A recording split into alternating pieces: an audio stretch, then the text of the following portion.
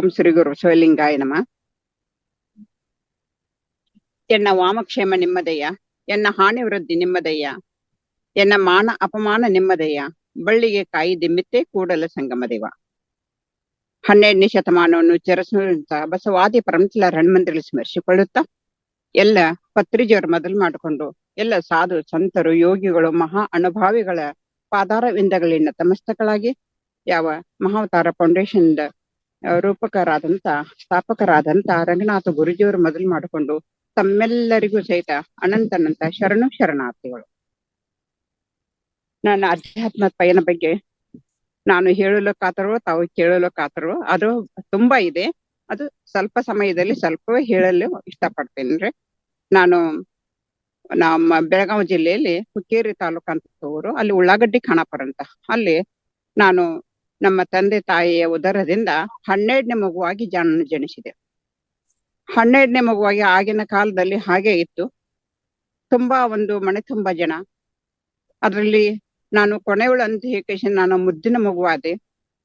ಆದ್ರೆ ನಾನು ಹುಟ್ಟುತ್ತಲೇ ನಾನು ಸೋದರತ್ತೆಯಾಗಿದ್ದೆ, ಹುಟ್ಟುತ್ತಲೇ ನಾನು ಚಿಕ್ಕಮ್ಮಳಾಗಿದ್ದೆ. ಅಂದ್ರೆ ನಮ್ಮ ಅಣ್ಣ ಅತ್ತಿಂಗೇರಿ ಸಹಿತ ಮಕ್ಕಳಾಗಿದ್ದೆವು ಆವಾಗ, ನನಗಿಂತ ದೊಡ್ಡವರು ಅವರು. ಆ ಸಹಿತ ನನಗೆ ಯಾವುದೇ ರೀತಿಯಿಂದ ಸಮಸ್ಯೆಗಳಿಲ್ಲದೆ ಮನೆ ತುಂಬಾ ಜನರೊಂದಿಗೆ ನಾನು ತುಂಬಾ ಮುದ್ದಾಗಿ ಬೆಳೆದೆ. ಕೊನೆಗೆ ನಮ್ಮ ತಾಯಿ ಅನಕ್ಷರಸ್ಥರು ಇದ್ರೂ ಸಹಿತ ಸದಾ ಅನ್ನಪೂರ್ಣ ದೇವಿಯಂತೆ ಆಗೆಲ್ಲ ಗಡಿಗೆಯಲ್ಲಿ ಮಡಿಕೆಯಲ್ಲಿ ಅಡಿಗೆ ಮಾಡೋರು. ದಿನನಿತ್ಯ ಒಂದು 2-3 ತಪ್ಪಲ ಪಲ್ಯ, 2-3 ತರ ಕಾಯಿ ಪಲ್ಯ. ಆಮೇಲೆ ಈ ರೀತಿ ತುಂಬಾ ಜನರಿಗೆ ತುಂಬಾ ಒಂದು ಯಾರಿಗೆ ಒಂದು ಊರಲ್ಲಿ ಒಂದು ಯಾರಿಗಾದ್ರೂ ಸಮಸ್ಯೆ ಅಂದ್ರೆ ಆರೋಗ್ಯ ಸರಿ ಇಲ್ಲ ಅಂತ ಹೇಳಿದ್ರೆ ಹಾಸ್ಪಿಟಲ್ ಇರ್ಲೇ ಇಲ್ಲ. ಅವಾಗ ಏನ್ ಮಾಡ್ತಿದ್ರು, ನಮ್ಮನೆಗೆ ಬರ್ತಿದ್ರು. ಅವ್ರು ತಮ್ಮದೇ ಆದ ಭಾಷೆಯಲ್ಲಿ ಯಾಕ ಇವತ್ತು ನನಗೆ ತುಂಬಾ ಕೈ ಕಾಲು ನೋವು, ಜ್ವರ ಬಂದ್ಬಿಟ್ಟಿದೆ, ಮತ್ತ ಇಷ್ಟ ಹೇಳಿಕೊಳ್ಳೆ ಸಾಕು. ನಮ್ಮ ತಾಯಿ ಕೈ ಮೇಗಿನ ರೊಟ್ಟಿ 2, ಅದ್ರ ಮೇಲೆ ಒಂದು ಹಲವಾರು ರೀತಿಯ ಪಲ್ಯಗಳು, ಆಮೇಲೆ ಬೆಳ್ಳುಳ್ಳಿ ಚಟ್ನಿ ಎಲ್ಲವನ್ನು ಹಚ್ಚಿ 2 ರೊಟ್ಟಿ ಅವರ ಕೈಯಲ್ಲಿ ಕೊಟ್ರೆ ಸಾಕು. ಅಲ್ಲೇ ಕುಂತು ತಿಂದು ನೀರು ಕುಡಿದು ಆಮೇಲೆ ಸುಮ್ಮ ಮಕ್ಕೊಂಡ್ ಬಿಡ್ತಿದ್ರು. ಅವಾಗ ಅವ್ರ ಜ್ವರನು ಮಾಯ, ಅವರು ನೋವು ಎಲ್ಲ ಮಾಯ ಆಗಿಬಿಡ್ತಿದ್ರು. ಇಂಥ ಒಂದು ಹಿರಿಯರ ನಮ್ಮ ಮನೆತನದ ಒಂದು ಜೀವನ ಶೈಲಿ. ಆಹಾರದಿಂದ ಕಾರಣ ಅವಾಗ ತುಂಬಾ ಬಡತನ ಪರಿಸ್ಥಿತಿ ಇತ್ತು ಎಲ್ಲ ಜನರಿಗೂ. ಆದ್ರೆ ನಮ್ಮ ಮನೆಯಲ್ಲಿ ತುಂಬಾ ಜನ ಸಾಕಷ್ಟು ಕಾಯಕ ಮಾಡ್ತಿದ್ರು ಅಂದುಕೊಳ್ಳೆ ಯಾವುದೇ ರೀತಿ ಸಮಸ್ಯೆಗಳದ ಹಲವು ಜನರಿಗೆ ಒಂದು ದಾಸೋಹ ಮನೆ ಇತ್ತು. ಯಾರೇ ಊರಲ್ಲಿ ಸ್ವಾಮೀಜಿಯವರು ಬಂದ್ರೆ ನಮ್ಮ ಮನೆಯಲ್ಲಿ ಸ್ನಾನ ಪೂಜೆ ಪ್ರಸಾದವನ್ನು ಸೇವಿಸುವಂತ ಭಾಗ್ಯ ನಮ್ಮದೇ. ಕಾರಣ ನಮ್ಮ ತಂದೆಯವರು ಸದಾ ಕಾಲ ದಾಸೋಹಿ ಜೀವಗಳು, ಇಷ್ಟಲಿಂಗ ಪೂಜಾ ನಿಷ್ಠರು, ಪುರಾಣ ಪ್ರವಚನಗಳು ಹೇಳ್ತಿದ್ರು, ಕೇಳುತ್ತಿದ್ದರು. ಅಷ್ಟೆಲ್ಲ ನಮ್ಮೆಲ್ಲರಿಗೂ ಒಂಥರ ಸಂಸ್ಕಾರ. ಯಾವ ರೀತಿ ಇತ್ತಂದ್ರ ನಮ್ಮ ಲಿಂಗಾಯತ ಧರ್ಮದಲ್ಲಿ ಯಾವ ರೀತಿ ಬಸವಣ್ಣವರು ಹೇಳಿದಂತೆ ಇಷ್ಟಲಿಂಗವನ್ನು ಗರ್ಭಕ್ಕೆ ಇಷ್ಟಲಿಂಗ ಧಾರಣ ಮಾಡ್ತಾರೆ ಅಂದುಕೊಳ್ಳೆ ಗರ್ಭದಲ್ಲೇ ಮಗುವಿಗೆ ಸಂಸ್ಕಾರಮಯವಾಗಿ ಹೊರಗೆ ಬಂದು ಮಾಂಸಪಿಂಡವಾಗಿ ಮಂತ್ರಪಿಂಡವಾಗಿ ಹೊರಗೆ ಬರುತ್ತಿತ್ತು. ಅಂದಾಗ ಎಲ್ಲವೂ ಒಂಥರ ಸುಖಮಯ ಶಿವಮಯ ನಮ್ಮ ಮನೆತನ ಅಂತ ಹೇಳ್ಬಹುದು. ಯಾವುದಕ್ಕೂ ಕೊರತೆ ಇರಲಿಲ್ಲ. ಸದಾ ಕಾಲ ಹಸನ್ಮುಖಿ ಪ್ರತಿಯೊಬ್ಬರು ಇದೇ ಇಂಥ ಒಂದು ಸಂಸ್ಕಾರದೊಂದಿಗೆ ನಾನು ಬೆಳೀತಾ ಸದಾಕಾಲ ನಮ್ಮ ತಾಯಿ ಹಲವಾರು ಕಥೆಗಳನ್ನ ಹೇಳ್ತಿದ್ದರು ಬಾಲ್ಯದಲ್ಲಿ ನಮಗೆ. ಯಾವ ಕಥೆಗಳು? ನಮ್ಮ ಸೀತಾಮಾತೆಯ ಕಷ್ಟ ಜೀವನಗಳಾಗ್ಲಿ, ಅಥವಾ ದ್ರೌಪದಿಯ ಬಗ್ಗೆ ಆಗ್ಲಿ, ಪಾಂಡವರ ಅರಗಿನ ಮನೆಯಿಂದ ಪಾರಾದುದು, ವೀರ ಧೀರರ ಬಗ್ಗೆ ಆಗ್ಲಿ, ಹಲವು ರೀತಿಯ ತನ್ನದೇ ಆದಂತ ಭಾಷೆಯಲ್ಲಿ ನಮಗೆಲ್ಲ ಹೇಳ್ತಿದ್ದರು. ಆಮೇಲೆ ಅಷ್ಟೇ ಅಲ್ಲ, ನಮ್ಮ ಎಲ್ಲ ಅಕ್ಕಪಕ್ಕದವರು ಸಹಿತ ಏನೇ ಸಮಸ್ಯೆ ಬಂದ್ರು ನಮ್ಮ ತಾಯಿ ಹತ್ರ ಒಂದು ಸಮಸ್ಯೆಗಳನ್ನ ಬಗೆಹರಿಸ್ಕೊಳ್ತಿದ್ರು.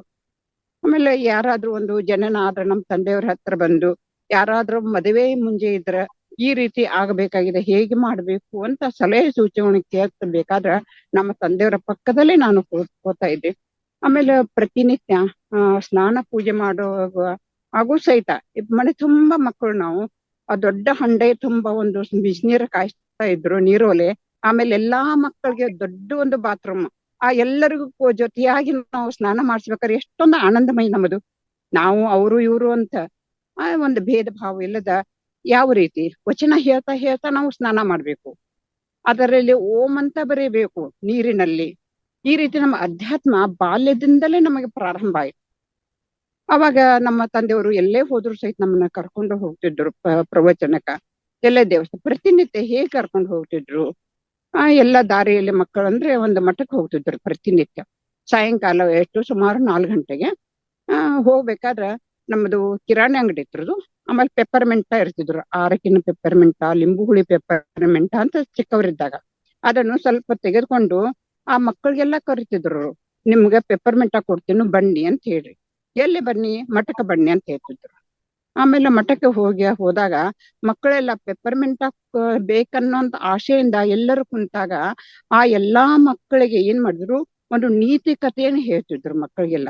ಅಂದ್ರೆ ಧ್ರುವ ಕುಮಾರ, ಹಿಂಗ ಹಲವಾರು ಕಥೆಗಳನ್ನು, ಪುರಾಣ ಕಥೆಗಳು, ವೀರ ಶೂರ ಕಥೆಗಳನ್ನ ಹೇಳಿ ಆ ಮಕ್ಕಳಿಗೆಲ್ಲ ಒಂಥರ ಹುರಿದುಂಬಿಸಿ ಆ ತಂದೆ ತಾಯಿಗೆ ಯಾವ ರೀತಿ ನಮಸ್ಕಾರ ಮಾಡ್ಬೇಕು, ಹೇಗೆ ಸತ್ಯವನ್ನ ಮಾತಾಡ್ಬೇಕು, ಯಾವ ರೀತಿ ಹೇಗಿದ್ರೆ ಬದುಕಬೇಕು ಅನ್ನುವಂತ ಪಾಠವನ್ನು ನಮ್ಮ ತಂದೆಯವರು ತುಂಬಾ ಚೆನ್ನಾಗಿ ವಿವರಿಸ್ತಿದ್ರು. ಆಮೇಲೆ ಪೆಪ್ಪರ್ಮೆಂಟ್ ಕೊಟ್ಟು ಆಟ ಆಡ್ಲಿಕ್ಕೂ ಹೋಗುವಂತ ಹೇಳ್ತಿದ್ರು. ಅವಾಗ ಸ್ವಾಧ್ಯಾಯ ಅಂತ ನಾವು ಇವಾಗ ಹೇಳ್ತೀವಲ್ರಿ, ನಮ್ಮ ತಂದೆಯವರು ಅಲ್ಲಿ ಸ್ವಾಮೀಜಿಯವರು ಕೂಡ್ತಿದ್ರು. ಸ್ವಾಮೀಜಿಯವರ ಹತ್ತಿರ ಇವ್ರು ಕುಂತು ನಮ್ಮ ಅಲ್ಲಂ ಪ್ರಭುದೇವರ ಚರಿತ್ರೆ ಆಗಲಿ, ಹಲವಾರು ವಚನಗಳಾಗ್ಲಿ, ಮಗ್ಗೆ ಮಾಯಿದೇವರಾಗಲ್ರಿ, ಚನ್ನಬಸವಣ್ಣವ್ರದಾಗ್ಲಿ, ಹಲವು ಶರಣರ, ಇವಾಗ ಏನೋ ಈಗ ಶರಣರ ಒಂದು ಈ ಕಡೆ ಬಂದದ ಹಾಗಿಲ್ಲಾರಿದು. ನಮ್ಮ ತಂದೆಯವರು ಮೊದಲಿನಿಂದನು. ಕಾರಣ ಅವ್ರಿಗೆ ಚಿಕ್ಕವರಿರ್ಬೇಕಾದ್ರ ಅವ್ರ ತಂದೆ ಅಂದ್ರೆ ನಮ್ಮ ಅಜ್ಜನ ಹತ್ರ ಮಕ್ಕೊಂಡಾಗ ಅವ್ರಿಗೆ ಏನೇನೋ ಕೆಲವೊಂದು ನಾದಗಳು ಬರ್ತಿದ್ದಂತಾರೆ. ಅವಾಗ ನಾದಗಳು ಬಂದಾಗ ಇದೆಲ್ಲೇ ನಾದ ಹೀಗೇಕೆ ಬರ್ತಾ ಇದೆ ಅಂತ ಅವ್ರು ನಮ್ಮ ಅಜ್ಜನ ಕೇಳಿದಾಗ ನಮ್ಮ ತಂದೆಯವ್ರ ಕೇಳ್ತಾರಂತಾರ. ಅವಾಗ ಹೇಳ್ತಾರಂತಾರೆ, ಇದು ಯಾವ ರೀತಿಯಿಂದ ಸುನಾದ, ಅದ ದೇವನಿಂದ ಬರುವಂತ ನಾದ, ಆ ನಾದದೊಂದಿಗೆ ನೀನು ಸಾಗು, ನೀನೇ ದೇವನಾಗುತ್ತಿ ಅಂತ ಹೇಳ್ರಿ ನಮ್ಮ ತಂದೆಯವರಿಗೆ ಅವರ ತಂದೆಯವರು ಹೇಳ್ಕೊಟ್ಟಾರೆ. ಅಂದಾಗ ಅಧ್ಯಾತ್ಮ ಜೀವಿಗಳಾಗಿ ಅವರ ಉಸಿರಿನಲ್ಲಿ ಒಂದು ಅಧ್ಯಾತ್ಮದ ಬಲ ತುಂಬಿತಿರೋದು. ಅದು ಯಾವ ರೀತಿ ಯಾರಿಗೆ ಯಾವ ರೂಪದಿಂದ ಹೋಗ್ತಾರಲ್ಲ ಆ ರೂಪದಿಂದ ಅವ್ರಿಗೆ ಅವಾಗ ಏನಾಗ್ತೈತ್ರಿ, ಹಲವು ಸ್ವಾಮೀಜಿಯವರು ನಮ್ಮ ಮನೆಗೆ ಬಂದಾಗ ಅವರೊಂದಿಗೆ ಹೇಗೆ ಸಾಗ್ತಿದ್ರು ನಮ್ಮ ತಂದೆಯವರು, ಅವರನ್ನು ನೋಡಿ ನಾವು ಸಾಕ್ತಿದ್ರು. ಅಡಿಗೆ ಮಾಡಿ ಇಡ್ತಿದ್ರು, ಯಾರು ಅಡಿಗೆ ಮನೆಗೆ ಹೋಗೋದಿಲ್ಲ, ಅಲ್ಲಿ ಯಾವುದೇ ರೀತಿ ಕಲ್ಮಶ ಮುಸುರಿ ಆಗೋದಿಲ್ಲ ಅಂತ ಹೇಳಿ ನಮ್ಗೆಲ್ಲ ಏನ್ ಮಾಡ್ತಿದ್ರು, ಅವ್ರ ಜೊತೆ ಅಂದ್ರೆ ನಾನು ಅವ್ರ ಸ್ವಾಮೀಜಿಯವ್ರ ಹತ್ರ ಕೊಡೋದು, ಅವ್ರ ಪೂಜೆ ಪುನಸ್ಕಾರ ನೋಡುದು, ಅವ್ರ ವಚನ ಕೇಳೋದು, ಆನಂದ ಭರಿತಳಾಗಿ ನಾನು ಅವ್ರ ಜೊತೆ ಕುಂತಾಗ ಅಲ್ಲೇ ಧ್ಯಾನಾಸಕ್ತಳಾಗ್ತಿದ್ದೆ ಅಂತ ಹೇಳ್ತಿದ್ರು ಅವರು ಬಾಲ್ಯದಲ್ಲಿ. ಇದೇ ಪ್ರಕಾರ ಮುಂದೆ ಸಾಗಿದಾಗ ನಾನು ಒಂದ್ ಸ್ವಲ್ಪ ಮುಂದೆ ಹೋದಾಗ ಅಲ್ಲಿ ಕೆಲವೊಂದು ಘಟನೆಗಳಾದರು. ಒಂದು ಲಕ್ಷ್ಮೀ ಪೂಜಾ ಅಂತ ಇವಾಗ ಒಂದ್ಸಲ ಹೇಳಿದೇನ್ರಿ ನಾನು, ಅದೇ ದ್ಯಾಮವ್ವನ ಪೂಜಾ ಅದು ಇದು ಅಂತ ಏನು ಅಲ್ಲಿ ಬಲಿ ಒಂದು ಸಂದರ್ಭ ಬರ್ತಿತ್ತದು. ಅವಾಗ ನಮ್ಮ ತಂದೆಯವರು ಅದಕ್ಕೆ ವಿರೋಧರಾಗಿದ್ದರು. ಕಾರಣ ಅಹಿಂಸಾ ಪರಮೋ ಧರ್ಮ ಅಂತ ಕೃಷಿಂದ ನೀವು ಜೈನರು ಮಹಾವೀರ್ ಹೇಳಿದ್ರು ಸಹಿತ ನೀವು ಜೈನರು ಆಮೇಲೆ ಬ್ರಾಹ್ಮಣರು ಕೂಡ ಇದನ್ನ ಮಾಡ್ತಾ ಇದ್ದೀರಿ ಸರಿನಾ ಅಂತ ಕೇಳಿದಾಗ ಅವ್ರು ನಮ್ಗೆಲ್ಲ ನಮ್ಮ ಮನೆತನದಲ್ಲಿ ಬಹಿಷ್ಕಾರ ಹಾಕಿದ್ರು. ಬಹಿಷ್ಕಾರ ಹಾಕಿದಾಗ ನಮ್ಮ ತಂದೆಯವರು ನನ್ನನ್ನು ರೊಡಗೂಡಿ ನಮ್ಮ ಧಾರವಾಡ ಮುರುಘಾ ಮಠ ಕರ್ಕೊಂಡು ಹೋದ್ರಿ. 10 ದಿವಸ ಅಲ್ಲೇ ಉಳ್ಕೊಂಡಿದ್ರು ನಾವು. ಅಲ್ಲಿ ಮಹಾಂತಪ್ಪಗಳು ಅಂತ ಹೇಳಿ ನಿಮಗೆಲ್ಲ ಗೊತ್ತಿರ್ಬೋದ್ರಿ. ಕಾರಣ ಅಥಣಿ ಶಿವಗಳು, ಮೃತ್ಯುಂಜಪ್ಪಗಳು, ಆಮೇಲೆ ಮಹಾಂತಪ್ಪಗಳ ರೊಡಗೂಡಿ ನಾವು ಅವರ ಇಷ್ಟಲಿಂಗ ಪೂಜೆಯನ್ನು ನಾನು ಮಾಡಿದೆ, ನನ್ನ ಇಷ್ಟಲಿಂಗ ಪೂಜೆನ ಅವ್ರು ಮಾಡಿದ್ರು. ಎಂಥ ಸಮಯ, ಎಂಥ ಸುಸಂದರ್ಭ ನೋಡ್ರದು. ಅಷ್ಟೆಲ್ಲ ಒಂದು ಶಿವಾನುಭವ ಪಾಠಗಳನ್ನ ಆಲಿಸಿದ್ರಿ. ಅದರಲ್ಲಿ ಹಲವಾರು ಜನರು ನನಗೂ ಸಹಿತ ಒಂದು ಎಕ್ಸಾಮದಲ್ಲಿ ಕೂಡಿಸಿದ್ರು. ಅದರಲ್ಲಿ ನಾನು A+ ಅಂತ ಗ್ರೇಡ್ ತಗೊಂಡ್ರು. ಎಂತೆಂತ ಅವಾಗ ಸ್ವಾಮೀಜಿಯವರು, ಜ್ಞಾನಿಗಳು, ಪಂಚಾಕ್ಷರ ಅವರದು, ಎಲೀಸ್ ಮಾಸ್ತರ್ ಅಂತ ಆತ್ರಿ, ಹಲವಾರು ಜನರು ಬಿಡ್ರಿ. ಅವರು ಒಬ್ಬರಿಬ್ರು ಮೊನ್ನೆ ಇಂಗ್ಲೇಶ್ವರ ಚನ್ನಬಸವ ಅವರು ಗುರುಗಳು ಲಿಂಗೈಕ್ಯರಾದಲ್ರಿ, ಅವ್ರು 98 ವಯಸ್ಸಿನವರು. ಅವರು ನನಗಂತೂ ತುಂಬಾ ಮಾರ್ಗದರ್ಶಕರಾಗಿದ್ದರು. ಅಷ್ಟೆಲ್ಲ ಇನ್ನೂ ಅಂದ್ರೆ ನಾನು 9 ವರ್ಷದವಳಿದ್ದಾಗ ನಮ್ಮ ಅಜ್ಜಿ ಮನೆಗೆ ಹೋಗಿದ್ದಾರೆ. ಆವಾಗ ಅಥಣಿಯ ಚನ್ನಬಸವ ಸ್ವಾಮೀಜಿಯವರು ಬಂದಿದ್ರು. ಬೆಳಗಿನ ಸಮಯದಲ್ಲಿ 3 ರಿಂದ 6 ಗಂಟೆ ತನಕ ಅವರು ದೀಕ್ಷೆಯನ್ನು ಕೊಡೋರಿದ್ರು.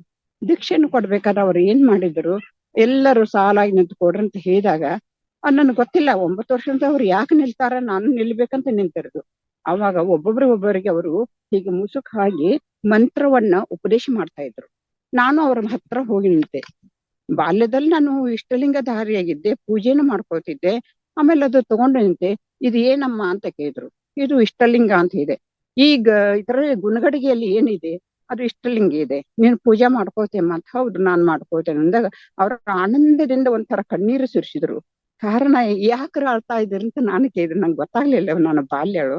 ಆಮೇಲೆ ಇಲ್ಲಮ್ಮ, ಇಷ್ಟು ಚಿಕ್ಕ ವಯಸ್ಸಿನಲ್ಲಿ ನೀನು ಇಂಥ ಒಂದು ಇಷ್ಟಲಿಂಗದ ಒಂದು ಧಾರಕಳಾಗಿ ಪೂಜೆಯನ್ನು ಇಷ್ಟು ತನ್ಮೆಯಿಂದ ಮಾಡ್ತೀನಿ, ನಿನಗೆ ದೀಕ್ಷೆನ ಕೊಟ್ಟೇ ಕೊಡ್ತೇನೆ ಅಂತ ಹೇಳಿ ಅವ್ರು ನನ್ನನ್ನು ಅಪ್ಪಿಕೊಂಡ ಕೃಷ್ಣ ನನ್ನ ಕಿವಿಯಲ್ಲಿ ಒಂದು ದೀಕ್ಷೆನ ಕೊಟ್ಟಂತ ಸನ್ನಿವೇಶ ನಾನು ಎಂದೆಂದೂ ಮರೆಯಲಾರದು.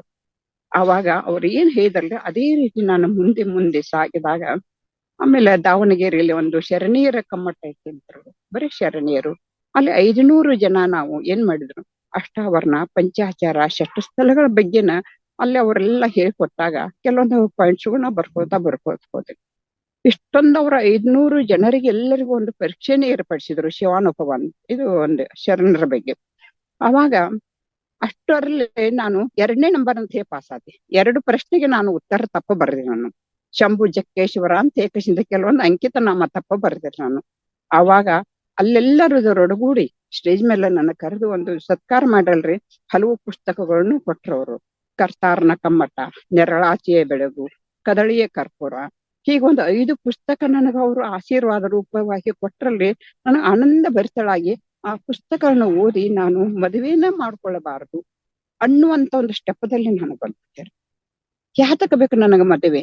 ಇಲ್ಲ, ನಾನು ಒಂದು ಮುಗ್ಧತೆಯಿಂದ ಇದೇ ರೀತಿ ನಾನು ಬೇಳ್ತಾ ನಮ್ಮ ತಂದೆ ತಾಯಿ ಹೇಳ್ದೆ, ಗದಗನ ಹತ್ರ ಒಂದು ಅಸುಂಡಿ ನೀಲಮ್ಮ ತಾಯಿಯವರು ಅಂತ ಅದಾರ, ಅವ್ರ ಹತ್ರ ನಾನು ಯಾರಿಗೆ ಕೇಳ್ದೆ ನಾನು ಅವ್ರ ಆಶ್ರಮಕ್ಕೆ ಹೋಗ್ಬಿಟ್ಟಿರ್. ನಾನು ಅವ್ರ ಆಶ್ರಮಕ್ಕೆ ಹೋದಾಗ ಅವರು ಶರಣಿಯರವ್ರು ಹೇಳಿದ್ರು, ಇಲ್ಲಮ್ಮ ನಿನಗೆ 5 ಜನ ಅಣ್ಣಂದಿರು, ಆಮೇಲೆ ಮನೆ ತುಂಬಾ ಜನ ಅದಾರ, ಅವ್ರು ಏನಾದ್ರೂ ಅಪವಾದ ಇಟ್ಟು ಇಂತಿಷ್ಟು ದುಡ್ಡು ಇಂತಿಷ್ಟು ಬಂಗಾರ ಕಳ್ಳತನದಿಂದ ಬಂದು ನಮ್ಮ ಆಶ್ರಮನ ಹೊಕ್ಕರು ಅಂತ ಹೇಳಿ ಯಾರಾದ್ರೂ ಪೊಲೀಸರು ಬಂದು ನಮ್ಮ ಹತ್ರ ನಿಂತರ ನಾವ್ ಏನ್ ಹೇಳ್ಬೇಕ? ನಾನೇ ಇನ್ನೊಬ್ಬರ ಆಶ್ರಯದಲ್ಲಿ ಹೇಳಿ ಕೇಳಿ ಬರೋಕಮ್ಮ ಅಂತ ಮತ್ತೆ ನನಗೆ 1 ವಾರ ಇಟ್ಕೊಂಡು ಮತ್ತೆ ಮನೆಗೆ ನಾನು ಕಳಿಸಿದ್ರು. ಆವಾಗ ನಮ್ಮ ಮನೆಯಲ್ಲಿ ಎಲ್ಲರೂ ಹೇಳಿದ್ರೆ, ನಾನು ಈ ರೀತಿ ನಾನು ಹೋಗ್ತೇನೆ, ನಾನು ಇರೋದೇ ಎಲ್ಲರ ಮನೆಗೆ, ಎದಕ್ಕೆ ಬೇಕಿದು ಮದುವೆ ಅನ್ನುವಂಥದ್ದು?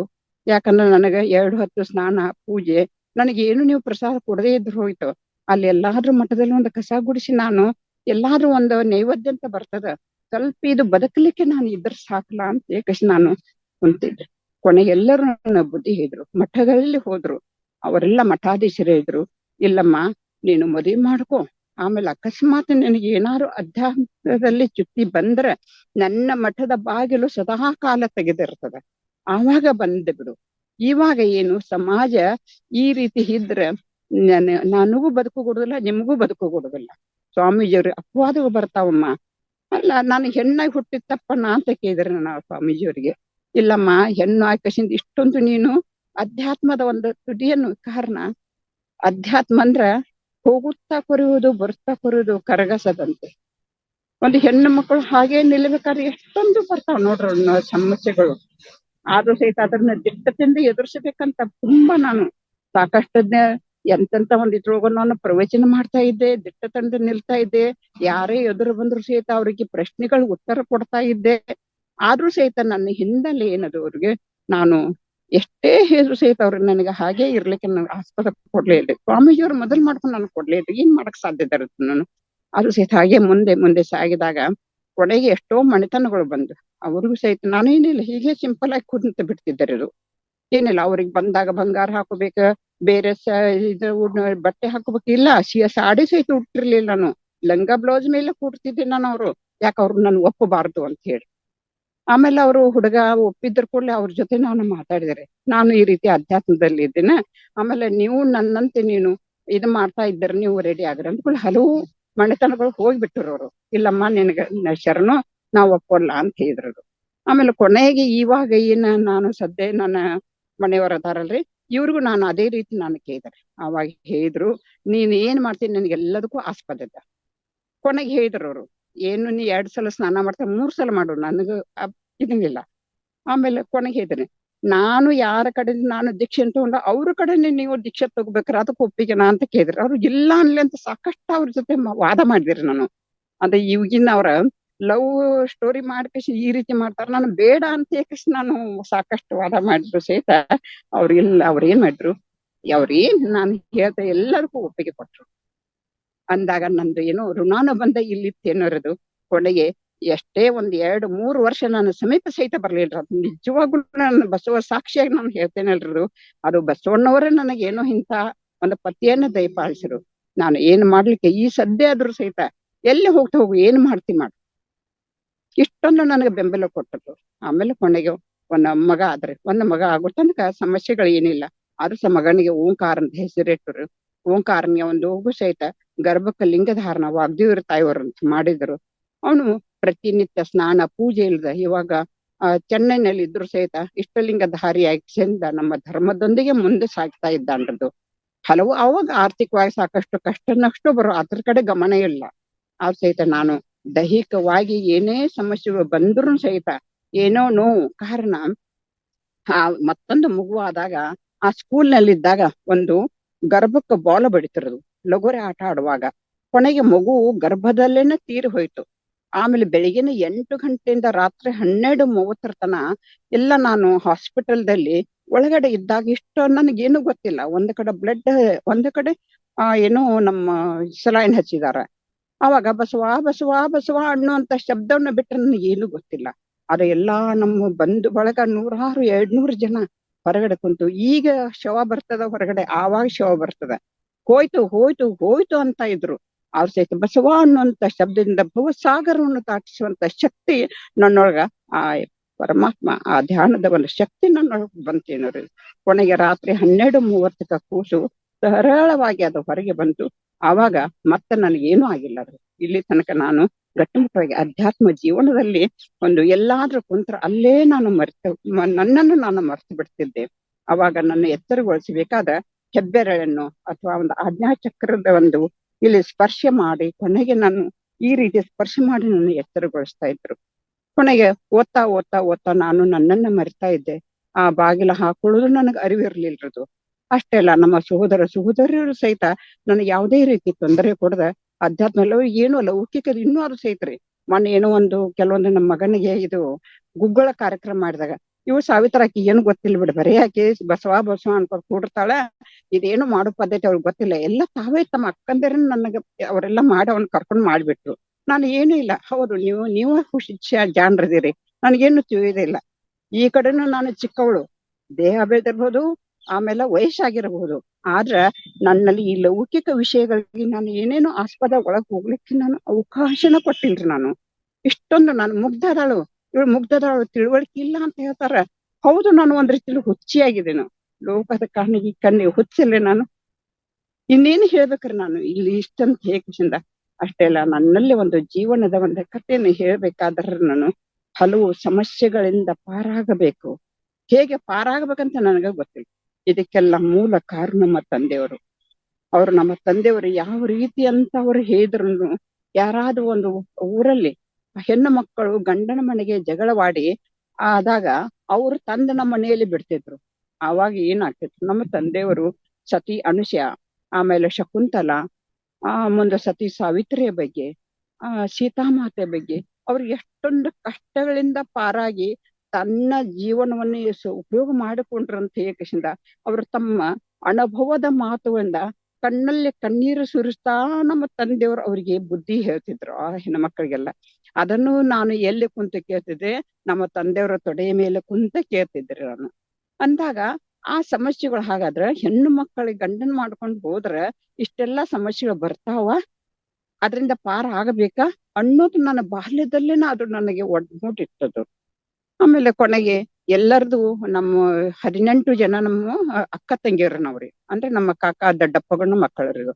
ಅವ್ರು ಯಾರು ಸ್ಕೂಲಿಗೆ ಹೋಗ್ಲೇ ಇಲ್ಲ ಅಂದ್ರು, ಬಾಲ್ಯದಲ್ಲಿ ವಿವಾಹ ಆಯ್ತರದು. ಆಮೇಲೆ ನಾನು ಒಬ್ಬಳು ಇವಳು ಕಲಿತೇನೆ ಅಂತಾಳೆ. ಇವ್ರಿಗೆಲ್ಲದ್ರಿಂದ ನಮ್ಮ ತಂದೆಯವರು ಪ್ರೋತ್ಸಾಹ ಕೊಡ್ತಾ ಕೊಡ್ತಾ ಕೊಡ್ತಾ ಅವ್ರು ಏನ್ ಮಾಡಿದ್ರು, ಸೇವಂತ ಮುಗಿತು. ನಮ್ಮ ಊರಲ್ಲಿ ಇದು ಹೈಸ್ಕೂಲ್ ಇರ್ಲಿಲ್ರದು. ಹೈಸ್ಕೂಲ್ ಇರಲ್ಲ, ಕೊನೆಗೆ ಹಾಗೆ ಮುಂದೆ ಮುಂದೆ ಸಾಗಿದಾಗ ಮತ್ತೆ ನಮ್ಮ ಅಜ್ಜಿ ಮನೆಗೆ ಹೈಸ್ಕೂಲ್ ಮಾಡಿದ್ರಿ. ನಂತರ ಕಾಲೇಜಿಗೆ ಹೋದರೆ ಎಲ್ಲದಕ್ಕೂ ಈ ರೀತಿ 27 ವಯಸ್ಸಿನಲ್ಲಿ ನಾನು ಮದುವೆಗೆ ಮಾಡ್ಕೊಳ್ಳುವಂತ ಸಂದರ್ಭ ಬಂತಿತ್ತು. ಇನ್ನು ನಮ್ಮ ಧ್ಯಾನದಲ್ಲಿ ಲೀನಾಯ್ಕಸಿಂದ ನಾವು ಹಲವು ಈ ಪತ್ರಿಜಿಯವರ ಬಗ್ಗೆ ಹೇಳ್ಬೇಕಂದ್ರೆ ನಾನ್ರಿ, ನಮ್ಮ ಅಣ್ಣ ಅತ್ತಿಗೆಯರು ನಮ್ಮ ಇದಕ್ ಹೋಗಿದ್ರು, ಬೆಂಗಳೂರು ನಮ್ಮ ಪಿರಾಮಿಡ್ ಇದಕ್ಕರು. ಅವ್ರು ಬಂದ್ ಹೇಳಿದ್ರು. ಅವ್ರು 2 ಸಲ ನನ್ನ ಕರ್ಕೊಂಡ್ ಹೋದ್ರು. ಅಲ್ಲೂ ನಾನು ಧ್ಯಾನದಲ್ಲಿ ಆಯ್ಕಸಿಂದ ನನಗ ಬಹಳ ಆನಂದ ಆಯ್ತು. ಅದೇ ಪ್ರಕಾರ ಶ್ರೀದೇವ್ ಹೂಗಾರ್ ಅಂತ ಹೇಳ್ರಿ, ಬೀದರ್ಕ್ಕೆ, ಅವರು ಆನ್ಲೈನ್ ಮುಖಾಂತರ ಕಾರ್ಯಕ್ರಮ ತಗೊಂಡಾಗ ಅವರು ಧ್ಯಾನ ಯಾವ ರೀತಿ ಧ್ಯಾನ, ಹಲವು ಚಕ್ರ ಧ್ಯಾನ ಅಂತೂ ನಾವು ಬಾಲ್ಯದಿಂದನೂ ಚಕ್ರ ಧ್ಯಾನ ಇರೋದು. ಧಾರವಾಡಕ್ಕೆ ಹೋದಿಂದ ಚಕ್ರ ಧ್ಯಾನ ಮಾಡ್ತಾ ಇದ್ದೇನ್ರದು. ಆಮೇಲೆ ಇನ್ನು ನಮ್ಮ ಶಕ್ತಿ ಧ್ಯಾನ, ಆಮೇಲೆ ಹಲವು ಧ್ಯಾನಗಳ ಬಗ್ಗೆ ನಾನು ಅನುಭವ ಪಡ್ಕೊಂಡು ಆ ಸ್ಕೂಲ್ದಲ್ಲಿ ಮಕ್ಕಳಿಗೆ ಹೇಳ್ಕೊಡ್ತಾ ಇದ್ದರೆ. ಅಷ್ಟೇ ಅಲ್ಲ, ನಮ್ಮ ಟೀಚರ್ ಸ್ಟಾಫ್ದವ್ರು ಎಲ್ಲರೂ ಕುಂತು ಧ್ಯಾನ ಮಾಡ್ತಿದ್ರು. ಇವಾಗಾದ್ರೂ ಸಹಿತ ಪ್ರತಿ ಸೋಮವಾರ ನಮ್ಮ ಮನೆಗೆ ಬಂದು ಧ್ಯಾನದಲ್ಲಿ ಆಸಕ್ತರಾಗ್ತಾ ಇರೋದು. ಆಮೇಲೆ ಎಲ್ಲೇ ಒಂದು ಮಠ ಮಂದಿರದಲ್ಲಿ ಹೋದ್ರೆ ಮೊದಲು ಒಂದು 10 ನಿಮಿಷ ಆದ್ರೂ ಅವರಿಗೆ ಧ್ಯಾನವನ್ನು ಮಾಡಿಸಿ ನಾನು ಪ್ರವಚನ ಹೇಳಲಿಕ್ಕೆ ಪ್ರಾರಂಭ ಮಾಡ್ತೀನಿ ಅಂತ ಹೇಳಲಿಕ್ಕೆ ನಾನು ಹೆಮ್ಮೆ ಪಡ್ತೀನಿ. ಅಷ್ಟೆಲ್ಲ ನಾನು ಇನ್ನೂ ಸಾಕಷ್ಟು ನನ್ನ ಅನುಭವಗಳನ್ನ, ಅಧ್ಯಾತ್ಮದ ಅನುಭವಗಳನ್ನ ಹೇಳ್ಬೇಕಾಯ್ತು. ಆದ ಸಮಯದ ಅಭಾವ. ಇನ್ನು ತಾವು ಇನ್ನೊಂದ್ 10 ನಿಮಿಷ ಹೇಳಂದ್ರೆ ಹೇಳ್ತೇನ್ರಿ, ಇಲ್ಲದ ಪ್ರಶ್ನೋತ್ತರ. ತಗೊಳ್ಳಿ ಮ್ಯಾಮ್, ಇನ್ನೊಂದ್ 10 ನಿಮಿಷ ತಗೊಳ್ಳಿಲ್ರದು. ಓಕೆ. ಆಮೇಲೆ ನಾನು ಈ ರೀತಿ ಸಾಗಬೇಕಾದ್ರೆ ಜೀವನದ ಒಂದು ರಥದಲ್ಲಿ ಅಲ್ಲಿ ಶ್ರೀದೇವ್ ಹೂಗಾರ್ ಅಂತ ಹೇಳಿದಲ್ರಿ ನಾನು. ಅಲ್ಲಿ ಹೋದಾಗ ಅವರು ಸಾಕಷ್ಟು ಕಣ್ಣಿಗೆ ಬಟ್ಟೆ ಕಟ್ಟಿ ನಮ್ಮನ್ನು ಅದು ಮ್ಯೂಸಿಕ್ ಹಚ್ಚಿ ಆಮೇಲೆ ಡ್ಯಾನ್ಸ್ ಮಾಡಿಸ್ತಾ ಇದ್ರು. ಆಮೇಲೆ ನಮ್ಮನ್ನ ಅದೇ ಲೋಕಕ್ಕೆ ಕರ್ಕೊಂಡು ಹೋದ್ರು. ಅಷ್ಟೇ ಅಲ್ಲ, ನಮಗೊಂದು ಮನೆ ಕಟ್ಟುವಾಗ ದೊಡ್ಡ ಕಬ್ಬಿಣದ ಸಳಿ ಇರ್ತಾವಲ್ರಿ, ಆ ಕಡೆ ಒಬ್ರು ಈ ಕಡೆ ಒಬ್ರು ಇಲ್ಲಿ ಒಂದು ಬಟ್ಟೆ ಇಟ್ಟು ಹೀಗೆ ಇದು ಮಾಡಿದಾಗ ಅದು ಸಳಿ ಮಣಿಸಿತು. ಆಮೇಲೆ ಏನೋ ಒಂದು ಇದನ್ನ ಹಾಕಿ ಬಾಯಿಯೊಳಗೆ ಹಾಕು ಅಂತ ಹೇಳಿದ್ರು. ಇನ್ನು ಬೆಂಕಿಯನ್ನು ಇದು ಮಾಡಿ, ಆಮೇಲೆ ಇನ್ನು ಬೆಂಕಿ ಒಂದು ಇದನ್ನ ಸಂಗ್ರಹ ಮಾಡಿ ಅದರ ಮೇಲೆ ನಡೆಯಲು ಹೇಳಿದ್ರು. ಈ ರೀತಿ ಹಲವಾರು ಒಂಥರ ಇದೆಲ್ಲ ಮಾಡಿದ್ರು ಸಹಿತ ನಮಗೇನ್ ಅನ್ಸಲ್ಲ ಇಲ್ರಿ. ಕೊನೆಗೆ ಏನಾಯ್ತು, ಯಾಕಂದ್ರೆ ಅಧ್ಯಾತ್ಮ ಜೀವಿಗಳಿಗೆ ಆ ಪಂಚಮಹಾಭೂತಗಳು ಏನು ದೊಡ್ಡ ಇದಂತ ಅನ್ಸಲಿಲ್ಲ. ಕಾರಣ ಇದಕ್ಕಿಂತ ಮೊದಲು ನಾನು 3ನೇ ಕ್ಲಾಸ್ನಲ್ಲಿ ಇಲ್ಲಿ ಇದ್ದಾಗ ಒಂದು ನನ್ನ ಜೀವನದಲ್ಲಿ ಘಟನೆಯನ್ನು ಮರಿಲಿಕ್ಕೆ ಆಗೋದಿಲ್ರಿ. ಅದು ನಾನು 3ನೇ ಕ್ಲಾಸ್ ಇದ್ದಾಗ ನಾನು ಬೆಳಿಗ್ಗೆ ಬೇಗ ಎದ್ದು, ಅಂದ್ರೆ ನಮ್ಮಲ್ಲಿ ಚಹಾ ಅಂತ ಗೊತ್ತೇ ಇಲ್ರದು, ಗಂಜಿ ಕೊಡ್ತಿದ್ರು. ಗಡಿಗೆಯಲ್ಲಿ ಮಡಿಕೆಯಲ್ಲಿ ಮಾಡಿದಂತ ಗಂಜಿ ಮತ್ತು ಅಕಡಿ ಹಾಲು ಅಂತ ಹೇಳ್ರಿ. ಅದು ಕುಡಿದು ನಾನು ಹೋಗ್ಬೇಕಾದ್ರೆ ಒಂದು ಡೊಂಬರ ಆಟ ಅಂತ ಮೊದ್ಲು ಬರ್ತಿದ್ರು, ನಿಮ್ಗೆಲ್ಲ ಗೊತ್ತಿರಬಹುದು.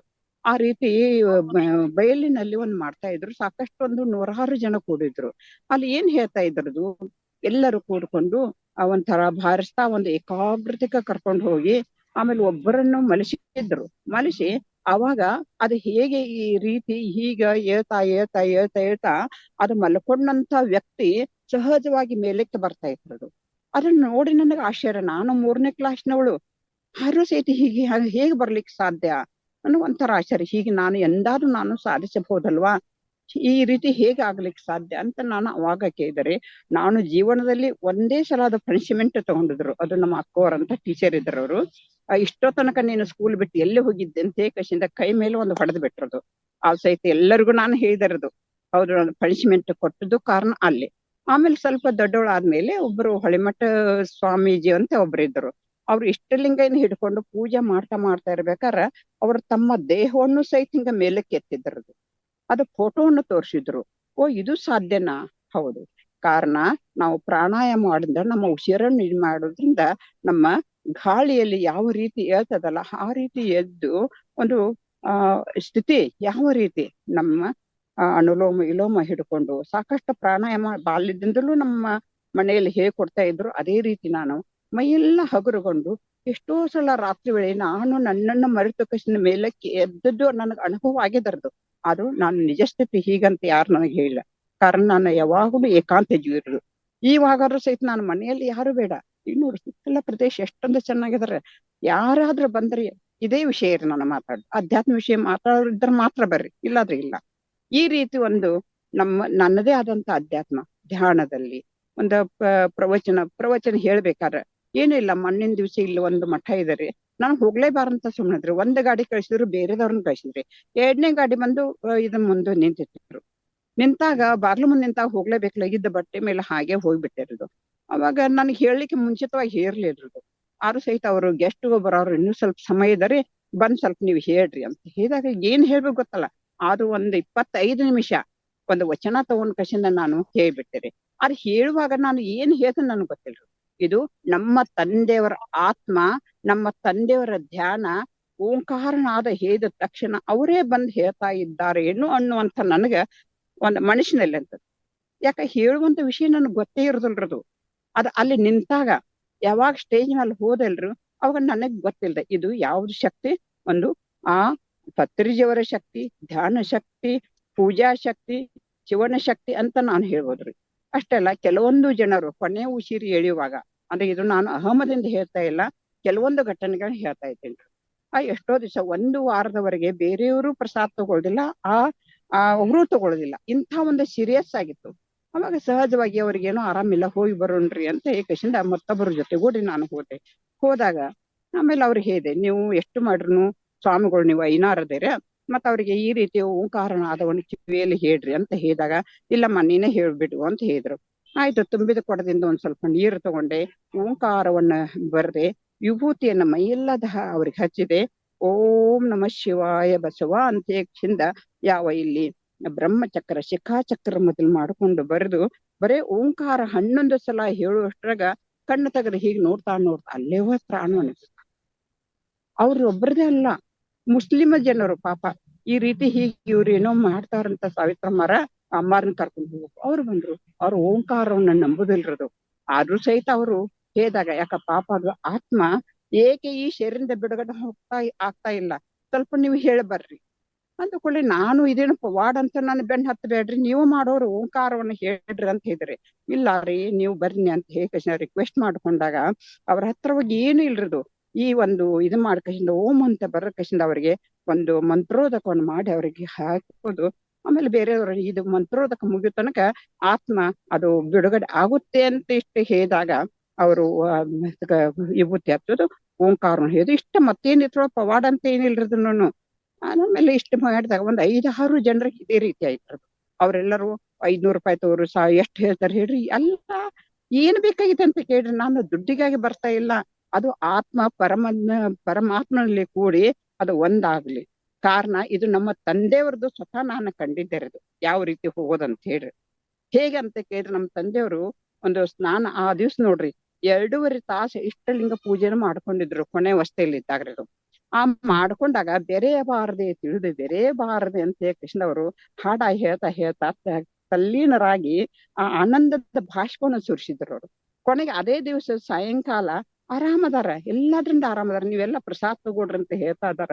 ಯಾರು ತಗೊಳ್ತಾರ ಅವ್ರ ಹತ್ರ ಕುಂತಾಗ ಏನಾಯ್ತಂತ ಕೇಳಿದ್ರ, ಬಿಡುವ ನೀವೆಲ್ಲ ಸಾಮಾನ್ಯರಲ್ಲ, ನಾನು ಹೋಗ್ಬೇಕನ್ನಕತ್ತೇನ ಭಗವಂತನ ಕಡೆ, ನೀವೆಲ್ಲ ಬಿಡ್ತಾ ಇಲ್ರವಾ ನನ್ನ.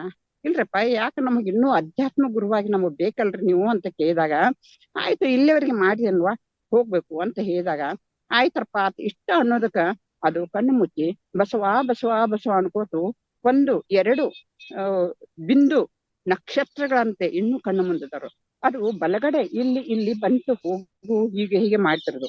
ಅಷ್ಟ್ರಾಗ ನಮ್ಮ ಅತ್ತಿಗೆ ಬಂದು ಏನ್ ಮಾಡ್ತಾ ಇದ್ದಾರ ಅಂತ ಕೇಳಿದಾಗ, ಯಾವ ರೀತಿ ಬಿಂದು ಈ ರೀತಿ ಜೀವಾತ್ಮ ಪರಮಾತ್ಮ ಹೇಗೆ ಓಡಾಡ್ತಾ ಇದ್ದ ನೋಡ್ಬಾ ಅಂತ ನಮ್ಮ ಅತ್ತಿಗೆಗೆ ನಾನು ಹೇಳಿದೆ. ಹೌದಲ್ಲ ಅಂತ ಅವಳು ನೋಡಿದ್ರು, ಅವಳು ಹೋಗ್ಬಿಟ್ಟೋಡ್ರು. ಆಮೇಲೆ ನಾನ್ ನೋಡುವಷ್ಟರಲ್ಲಿ ಆ ನಮ್ಮ ತಂದೆಯವರದು ಏನಾಯ್ತಿರೋದು, ಅದು 2 ಹೋಗಿ ಒಂದಾಗಿ ಇಲ್ಲಿ ಆಜ್ಞಾಚಕ್ರದಲ್ಲಿ ಕೂಡಿ ಬಿಡ್ತಿರೋದು. ಅಲ್ಲಿ ಒಂದಾಗಿ ಕೊನೆಗೆ ಈ ರೀತಿ ಹೋಗ್ತಾ ಇದೇನು ಪವಾಡಲ್ಲ ಏನಿಲ್ಲ, ನಾನು ಕಂಡುಂಡ ಇದನ್ನ ಅನುಭವ ಇರೋದು. ಈ ರೀತಿ ಹೋಗಿ ಬ್ರಹ್ಮಚಕ್ರಲ್ಲಿ ಸ್ವಲ್ಪ ನಿಂತು ಬಿಟ್ರು. ಅವರೆಲ್ಲ ಕೂದಲಿ ಇರ್ಲಿ, ಎಲ್ಲ ಬೋಳಾಗಿತ್ರು, ಅವರು ವಯಸ್ಸಾಗಿತ್ತು ಅನ್ಕೊಳ್ಳೇರಿ. ಮುಂದೆ ಇಲ್ಲಿ ಶಿಖಾಚಕ್ರದಲ್ಲಿ ಬಂದು ಅವ್ರ ಜೀವನದಲ್ಲಿ ಎಂದವ್ರಿಗೆ ಬೆವರು ಅನ್ನೋದು ಗೊತ್ತಿರ್ಲಿಲ್ರದು. ಯಾಕಂದ್ರೆ 12 ಜನ ಮಕ್ಕಳು ನಮ್ಮನ್ನೆಲ್ಲ ಸಂಭಾಳಿಸ್ಬೇಕಲ್ರದು. ಅವ್ರು ಎಂತ ಕಷ್ಟ ಜೀವಡ್ರಿ, ಎಂತ ಒಂದು ಜೀವನ್ರ ಅವ್ರದು. ಕೊನೆಗೆ ಇಲ್ಲಿ ಬಂದು ಬೆವರು ಮುಖಾಂತರ ಅದು ಬಿಂದು ಹೋಗಿ ಬಿಡ್ತಿರೋದು. ಆವಾಗ ಓಂ ನಮಃ ಶಿವಾಯ ಬಸವ ಅಂತ ಹೇಕಶಿಂದ ಅವ್ರ ಕಿವಿಯಲ್ಲಿ ನಾನು ಆ ಬಸವ ಮಂತ್ರನ ಹೇಳ್ತಾ ಇರ್ಬೇಕಾದ್ರೆ, ಬೇರೆ ನಮ್ಮ ಅಣ್ಣಂದಿರು ಸಾಕಷ್ಟು ಬಂಧು ಬಳಗೆಲ್ಲ ಹಾಗೇಕ್ ಮಾಡ್ತಾ ಇದ್ದಿ, ಸರಿ ಅಂತ ಹೇಳಿದ್ರು. ಇಲ್ಲ ಅಪ್ಪ ಬಸವಣ್ಣವ್ರ ಪಾದವನ್ನು ಸೇರಿಕೊಂಡು ನಿತ್ಯಾನಂದರಲ್ಲಿ ಆದ್ರೂ ಒಂದು ಹೇಕಶಿಂದ ಅವ್ರ ಪಾದ ಮುಟ್ಟಿ ನಮಸ್ಕಾರ ಮಾಡಿ ನಾನು ಸೈಡ್ ಸರದೆ ಉಳಿದವರೆಲ್ಲ ನೋಡ್ತಾರ, ಅವ್ರು ಹೋಗಿ ಬಿಟ್ಟಿದ್ದಾರೆ. ಇದೆಲ್ಲ ನಾನು ಮೊದಲೇ ಮುಂಚಿತವಾಗಿ ನನಗೆ ಹೇಳಿದ್ರು ಈ ರೀತಿ ಅಂತ ಹೇಳಿ ನಮ್ಮ ತಂದೆಯವರು ಹೋಗ್ಬೇಕಾದ್ರೆ ಹೀಗ ಅಂತ ಹೇಳಿ. ಅದು ಅವಾಗ ನನಗ ಅಷ್ಟ ಅರಿವು ಇರ್ಲಿಲ್ರು. ಅದು ಈ ರೀತಿ ನನಗೆ ಏನ್ ಮಾಡಿದ್ರು, ಆ ಅರಿವಿನ ಮುಖಾಂತರ ನನಗ ನಮ್ಮ ಗುರುವಾಯ್ಕಸಿಂದ ನನಗೆ ಇವಾಗ ಇನ್ನೂ ಅರವ್ರು ಇಲ್ಲ ಅಂತ ಈಗೆಲ್ಲ ತಾವೆಲ್ಲ ಹೇಳ್ತಾರಲ್ರಿ, ನಮ್ನ ಹೆತ್ತ ತಾಯಿ ತಂದೆ ಪಾದ ಕಮಲಗಳಿಗೆ ನಮನ ಅಂತ ಹೇಳ್ತಾರ್ರಿ. ಅವ್ರ ಇಲ್ಲ ಅಲ್ರಿ ಅಂತ ಯಾಕೆ ನಾನು ಇದ್ ಮಾಡ್ಬೇಕ್ರಿ? ನಮ್ಮ ತಾಯಿಯ ಪ್ರತಿಯೊಂದು ಕಣಗಳಲ್ಲಿ ರಕ್ತವು ನನ್ನಲ್ಲಿ ಹರಿದುತ್ತಾ ಇದೆ. ನಮ್ಮ ತಂದೆಯವರ ಒಂದು ಪ್ರತಿಯೊಂದು ರಕ್ತದ ಕಣಗಳು ನಮ್ಮಲ್ಲಿ ಹರಿತಾ ಇದೆ. ಅವರು ನಮ್ಮಿಂದ ಪ್ರತ್ಯೇಕ ಮಾಡಿ ಅವರ ಪಾದಗಳಿಗೆ ನಮನ ಮಾಡುವಂತದ್ದು ಏನ್ ಅವಶ್ಯಕತೆ ಇದ್ರಿ? ಅವ್ರ ಆತ್ಮೇ ನಮ್ಮೊಳಗೆ ಇಳಿದು ಬಿಟ್ಟಿದಲ್ರಿ ಅಂದಾಗ, ಅವ್ರು ನಮ್ಮ ಹೆತ್ತ ತಾಯಿ ತಂದೆ ಅಲ್ಲ, ಈ ಪ್ರಕೃತಿ ಮಾತೆ ಅಲ್ಲ, ಪ್ರತಿಯೊಂದು ಪಂಚಮಹಾಭೂತಗಳೆಲ್ಲ ನನ್ನಲ್ಲಿದೆ. ಕಾರಣ ಜಗವ ಸುತ್ತಿಪ್ಪುದು ನಿನ್ನಯ ಮಾಯೆ, ನಿನ್ನ ಸುತ್ತಿಪ್ಪುದು ಎನ್ನ ಮಣ್ಣು ನೋಡ. ಜಗಕ್ಕೆ ನೀನು ಬಲ್ಲಿದನು, ನಿನಗೆ ಹಾನು ಬಲ್ಲಿದೆನು. ಕರಿಯು ಕನ್ನಡಿಯೊಳ ಅಡಗಿದಂತೆ ನೀ ಎನ್ನೊಳೆ ಅಡಗಿದೆ. ನೀ ಅಂದ್ರೆ ಯಾರು? ಭಗವಂತನ ನನ್ನೊಳಗೆ ಅಡಗಿದಾನೆ. ಭಗವಂತನ ಸ್ವರೂಪಗಳು ನಾವು ನೀವೆಲ್ಲರೂ. ನಿಮ್ಮನ್ನು ಬಿಟ್ಟು ನಾವಿಲ್ಲ, ನಮ್ಮನ್ನು ಬಿಟ್ಟು ನೀವಿಲ್ಲ. ಶರೀರ ಅಲ್ಲಿ ಕಾಣದೇ ಇರಬಹುದು, ಆದ್ರೆ ಅವರ ಆತ್ಮ ನಮ್ಮ ಜೀವಾತ್ಮದಲ್ಲಿ ಅಡಕವಾಗಿದೆ ಅಂತ ನನ್ನ ಭಾವನೆ ಇರೋದು. ಹೀಗಾಗಿ ಒಂದಲ್ಲ ಎರಡಲ್ಲ ಹಲವು ಒಂದು ಈ ರೀತಿ ಕಾರ್ಯಕ್ರಮಗಳ ಪ್ರವಚನಗಳ ಮುಖಾಂತರ ಆಗಲಿ ಇದನ್ನು ನಾನು ಹೇಳ್ತಾ ಇಲ್ಲ, ನಿಜವಾಗ್ಲು ನನ್ನಲ್ಲಿರುವಂತ ಆ ಜ್ಯೋತಿ, ಯಾವ ಆ ಆತ್ಮ ಜ್ಯೋತಿ ನಮ್ಮ ತಂದೆಯವ್ರದ್ದು ಅಷ್ಟೇ ಹೇಳ್ತಾ ಇಲ್ಲ. ನನಗೆ ಒಂದು ದೀಕ್ಷೆ ಕೊಟ್ಟಂತ 9 ವರ್ಷಗಳಿದ್ದಾಗ ಆ ಊರು ಕೊಟ್ಟಿದ್ರು ಯಾರು, ನಮ್ಮ ಅಥಣಿ ಚನ್ನಬಸವಾನಂದ ಸ್ವಾಮಿಗಳು ಅಂತ ಹೇಳ್ರಿ. ನಂತರ 16 ವರ್ಷದವಳಿದ್ದಾಗ ಇನ್ನೊಬ್ರು ಗುರುಗಳು ಕೊಟ್ರು. ಅವರಂತೂ ತಮ್ಮ ಮಗುವಿನಕ್ಕಿಂತ ಮಗುವಾಗಿ ನನ್ನನ್ನು ಕಂಡ್ರು. ಒಮ್ಮೆ ನಿನ್ನ ಹತ್ರ 8 ದಿವಸ ಬರ್ತೇನಮ್ಮ ಅಂತ ಹೇಳಿದ್ರು. ನಮ್ಮ ಮನೆಗೆ ಬಂದಾಗ ಅವ್ರ ಪ್ರಸಾದನ ಸ್ವೀಕಾರ ಮಾಡಿದ ನಂತರ ಒಂದು ಗಂಜಿ ಅಂತ ನೀವು ಹೇಳ್ತಾರೆ, ನಾವು ಅಂಬಲಿ ಅಂತ ಹೇಳ್ತಾರೆ. ನಾವು ಅಂಬಲಿಯನ್ನು ಸ್ವೀಕಾರ ಮಾಡಿ ಅವ್ರದೇ ಆದಂತ ಒಂದು ಪ್ರಸಾದ ಬಟ್ಟಲು ಅಂದ್ರೆ ಕಂಚಿನ ಬಟ್ಟಲು ಅಂತ ಇರ್ತಾರೆ. ಅದು ನನಗೊಂದು ಗುಟುಕು ಕೂಡ್ಸವ್ರಿ, ನನಗೂ ತಾವೊಂದು ಗುಟುಕು ಕೂಡ್ಯವ್ರಿ. ಅಂತ ಒಂದು ಗುರುವಿನ ಭಾಗ್ಯ ನನ್ನೊಳಗೆ ಅಡಗಿದ್ದಾರೆ. ಅಷ್ಟೊಂದು ನನಗೆ ಒಂದು ಆನಂದ ನೋಡ್ರಿದು. ಯಾವುದೇ ಗುರುಗಳು ತಗೊಳ್ರಿ ಅವ್ರ ಹತ್ರ ಕುಂತಾಗ ನಾನಾಗಿರೋದಿಲ್ರಿ. ಅವರ ಜ್ಞಾನದ ಅಮೃತದ ಪ್ರತಿಯೊಂದು ಶಬ್ದಗಳು ನನ್ನ ಕಣಗಳು ತುಂಬ್ತಾ ಇದ್ದೇವೆ. ಏನ್ ಹೇಳ್ತಾ ಇದಾರ, ಏನ್ ಮಾಡ್ತಾ ಇದಾರ ನನಗೆ ನಾನು ಗೊತ್ತಾಗ್ತಾ ಇಲ್ರಿ. ಕಾರಣ ಅವರಲ್ಲಿರೋಂಥ ಭಾವನೆಗಳೆಲ್ಲ ನನ್ನ ಭಾವನೆಗಳಿಗೆ ಒಂದಾಗಿ ಅವರ ಶಬ್ದಗಳೆಲ್ಲ ನನ್ನ ಶಬ್ದಗಳಲ್ಲಿ ಬಂದು ಬಿಡ್ತಾವ ಅಂತ ಹೇಳಕಿಂದ ಈ ಇಂಥ ಒಂದು ಸಮಯದಲ್ಲಿ ನಾನು ಆತಂಕದಿಂದ ಬಂದು ಸಹಿತ ನಾನು ಏನೋ ತಪ್ಪು ಹೇಳಿ ನನಗೆ ಗೊತ್ತಾಗ್ಲಿಲ್ಲ. ಆದ್ರೂ ಸಹಿತ ನಾನು ಅಹಂ ಅಂತ ತಿಳ್ಕೊಳ್ಳದೆ ನಾನು ಇದೊಂದು ಪ್ರಸಾದಮಯವಾಗಿಂದ ನಾನು ಈ ಭೂಮಾತೆಗೆ ಅಷ್ಟಲ್ಲ, ಈ ಪ್ರಕೃತಿ ಮಾತೆಯಲ್ಲಿ ಇಲ್ಲಿ ಕುಂತು ಹೇಳುವಂತ ಭಾಗ್ಯ ನನಗಾಯ್ತಲ್ರಿ. ಅದಕ್ಕಾಗಿ ಇಂಥ ಅವಕಾಶವನ್ನು ಕೊಟ್ಟದ್ದಕ್ಕಾಗಿ ತಮ್ಮೆಲ್ಲರೂ ಗೀತಾ ಮೇಡಮ್ ಹಿಡ್ಕೊಂಡು, ರಂಗನಾಥ ಗುರುಜಿಯವ್ರನ್ನ ಹಿಡ್ಕೊಂಡು, ತಮ್ಮೆಲ್ಲರ ಆತ್ಮ ನನ್ನ ಆತ್ಮದೊಳಗಿದೆ, ನನ್ನ ಆತ್ಮ ನಿಮ್ಮೆಲ್ಲರ ಅಡಿಗೆ ಅಂತ ಹೇಳಲಿಕ್ಕೆ ನಾನು ಒಂದು ಮನದುಂಬಿ ಹೃದಯ ತುಂಬಿ ಹೇಳಲಿಕ್ಕೆ ಅವಕಾಶ ನನಗೆ ಆಕಾಶಕ್ಕಿಂತ ಮಿಗಿಲಾದ ಅವಕಾಶ. ಇಂಥ ಅವಕಾಶಕ್ಕಾಗಿ ಅಂತನ್ನಂತ ಕೋಟಿ ಕೋಟಿ ನಮ್ಮಗಳನ್ನು ನಿಮ್ಮೆಲ್ಲರ ಅಂತರಂಗದ ಅಡಗಿರುವಂತಹ ಬಸವ ಚೈತನ್ಯಕ್ಕೆ ಶರಣು ಶರಣಾರ್ಥಿಗಳು.